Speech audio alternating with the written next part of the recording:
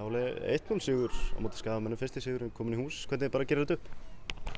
Já, bara ánægður með að hafa unnið þennan leik. Það var bara mjög erfiður leikur.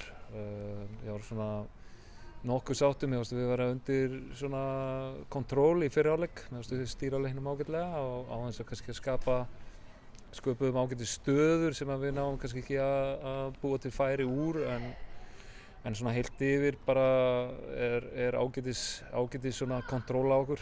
Svo svona í seinni hálfleik þá fannst mér við verða svolítið passífir og svona skrefin á eftir og í rauninni bara kannski pínu heppnir að hafa náð að hanga á þessu en það er jákvætt að taka 3 stig og spila kannski ekki eins vel og við getum.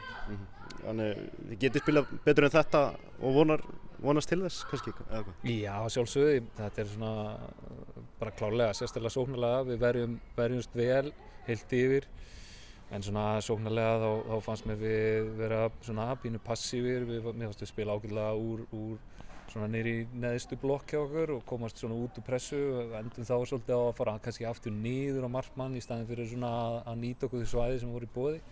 Þannig að það er klárt að við hefum mikið inni þar. Og mikill hiti í þessum leik, sérstaklega enn í Bóðvagnum, bara hvað gerist þeim? Nei, bara eitthvað smá læti, menn ósammála einhverju og bara, eitthvað. Bara eitthvað. Hvernig bara svona lítur þetta við? Næsti leikur, Keflavík, bara komið galvaskir inn í þann leik? Já, sjálfsögðu, við eins og ég sagði við strákana, ég meina við eigum helling inni og við þurfum að fara að taka svona stærri skref og gera það hratt. Við erum ánægðir með svo sem 4 stig eftir 2 leiki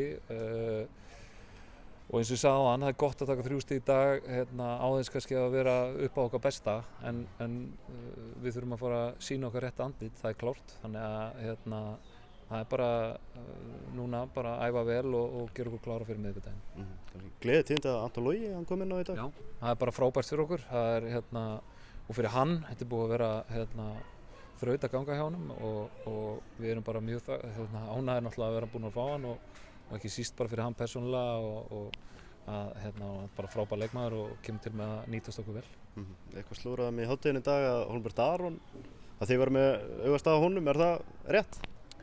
Sko það er mikið að gera í slúðurfréttunum. Við erum eins og ég sagt bara áður, við erum ánægðir með hópinn sem við erum með núna.